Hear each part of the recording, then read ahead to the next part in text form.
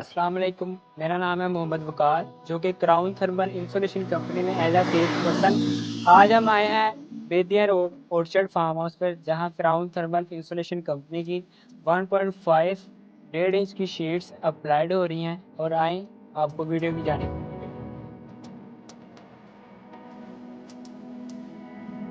ये देखें, सबसे पहले आ गया है रूफ ट्रीटमेंट वाटर प्रूफिंग और बिचुमन गर्म लुक की हुई है।